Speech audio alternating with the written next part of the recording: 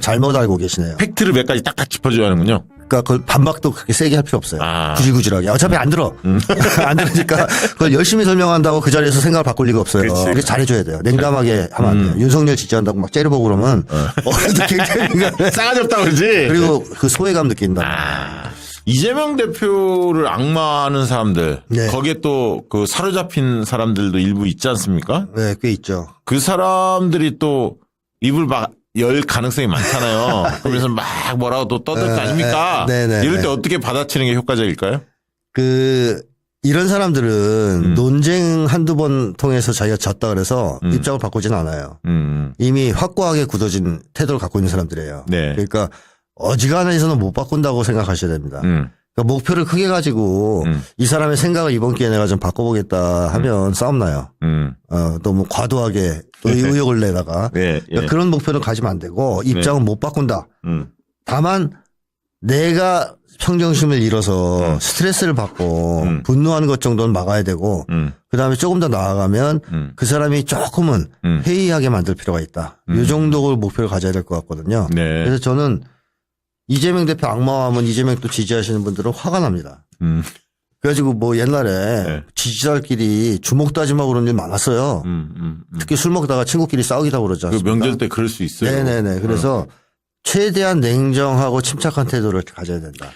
저도 그 생각 드는 게 우리 진영에 있는 분들이 오히려 이번 명절은 차분하게 갈 필요가 있다. 네. 왜냐하면 저쪽 애들이 지금 안 풀리잖아. 그죠. 대통령이 개판이고 네. 국민의힘도 지지를 못 받고 이런 거 그건 알거든. 그렇죠. 주변 여론도 그렇고 여론조사 결과들이 많이 나오고 선거도 그렇죠. 대패했잖아. 총선에서. 네. 그러니까 오히려 윤석열 쪽에서 지지했던 사람들이 할 말 없어서 입을 다무는 사람이 한편은 있고 네. 한편은 독이 올라 있을 거야. 네. 시비 걸려고. 네. 그런데 지금 차기 대선 조사에도 이재명 대표가 압도하거든. 민주당이 압도한단 말이에요. 그렇습니다. 그러니까 조금 여유 있게 받아쳐도 될 것 같아. 네. 그래서 응. 저는 냉정하고 침착하게 대응할 필요가 있고 그러면서 뭘 중점에 둬야 되냐면 막 악마하는 얘기를 하면 그건 사실이 아니다.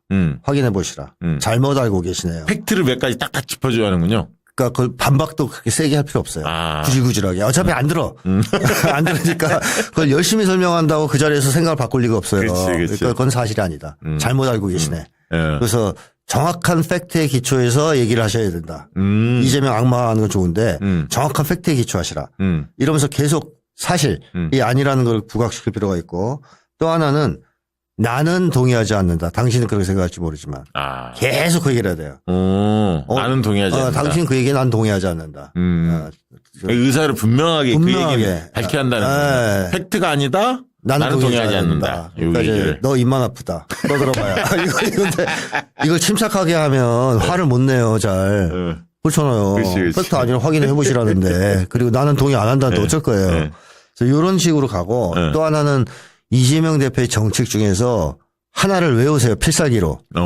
딱 하나 찍어서. 뭐 예를 들면 기본소득이면 기본소득 해서 자기 논리를 충분히 만들란 말이에요. 반박 들어와도 이길 수 있는. 이재명 대표 정책이나 주장 중에서 하나 정도만 찍어서 자기가 충분히 준비를 하고 그거를 아주 실제에 맞게 잘 푸는 거예요. 그렇지. 그 데이터가 있습니다. 몇 프로 올랐고 막 이런 거. 상권 분석한 거. 아주 구체적인 데이터를 제시하면 더 좋죠. 그렇죠. 그리고 그 얘기만 하는 거예요. 네네. 저 명절 내내.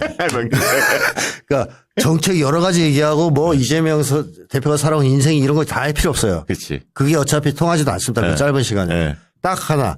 좋은 정책만 홍보하는 겁니다. 그러니까 유능하다. 그래서 서민들 우리 민생을 챙길 사람은 그 능력이 있어야지 않냐. 지금 윤석열 봐라. 이렇게 얘기하면서 이재명 대표는 그런 걸 성남시장 경기지사 하면서 그렇게 해와서 그 지역의 상권을 살렸다. 자영업자들을. 그거를 데이터를 가지고. 나는 이 정책이 너무 좋더라. 촥 얘기하는 거예요. 반박하면 또 그건 이제 논쟁을 좀 할 수 있죠. 화를 내지 않고. 그래서 그거를 일관성 있게 선전해서 그 사람이 나중에 갈 때쯤 외우게 해야 돼. 자, 시험 본다. 아니, 자기도 모르게 내내 들었으니까 명절 때. 그리고 어르신들을 뭐 설득할 수 있는 방법이 특별히 있을까요? 어르신들도 입장이 잘 안 바뀌어요. 똑같아. 이재명에 대한 확고한 지지층하고 비슷한 사람들이거든요. 그러니까 이분들을 설득할 때는 크게 가면 안 되고요. 세밀하게 가야 됩니다. 그러니까 구체적인 예를 들어가지고 윤석열이 한 지시, 당신의 삶에 어떻게 파괴했는가, 어떻게 해를 끼쳤는가, 의료대란 같은 거 예를 든다든가 네. 또는 친일 외교 같은 거 혹시 반일 감정이 있으신 어른들이라면 네. 그런 걸 예를 들어서 구체적으로 자기 삶에 해를 끼친 측면, 국가에 해를 끼친 측면을 얘기해야 조금이라도 먹힙니다. 그래서 이분들이 사실은 공포형 보수다 제가 그런 얘기를 자꾸 했는데요. 어지간해서는 이게 안 바뀌는 사람들이거든요. 그 정치적 입장이. 근데 뭐에는 좀 민감하냐면 노인들이 자기한테 잘해주는 거하고 자기들을 좀 경원시한다 할까요? 소외시킨다 할까요? 이건 되게 예민해요. 그러니까 노인들이 그 다단계에 제일 취약하지 않습니까? 네네네. 그럼 친절하게 해주면 굉장히 약해요. 그러면 이럴 때 좀 네. 마사지도 하고 네, 맞아요. 이게 친밀감 있게 하는 게 좋겠다. 그렇죠. 그렇게 하면서 논리로 꼭 하려고 하지 말고. 그러면서 구체적인 사안. 아유 아프시면 이제 어떻게 해요? 병원 가시면 응급실이 엉망인데. 그렇지. 참 윤석열 때문에 어르신이 힘드시겠어. 이런 식으로 그렇지. 구체적인 생활과 연관시켜서 네. 윤석열의 죄행을 네. 이렇게 얘기를 해주는 게 좋다. 그래서 잘해줘야 돼요. 냉담하게 하면 안 돼요. 윤석열 지지한다고 막 째려보고 그러면 어른들 굉장히 싸가지 없다 그러지. 그리고 그 소외감 느낀다. 그래서 어른들은 품어주면서 조금씩 작은 걸 가지고 설득을 해야 그나마 조금 먹힌다. 그래서 이재명 대표가 예전에 성남시장 할 때 네. 그 지역에 있던 친정부 계열의 노인들을 네. 잘 챙겼잖아요. 그분들이 이재명 지지로 돌아선 사례가 있어요. 아, 그렇군요. 네, 그러니까 그 노인들은 결국 그게 잘해주는 사람, 친절하게, 세심하게 네. 이런 마음을 좀 여는 경향이 있죠. 주옥 같은 말씀입니다. 자.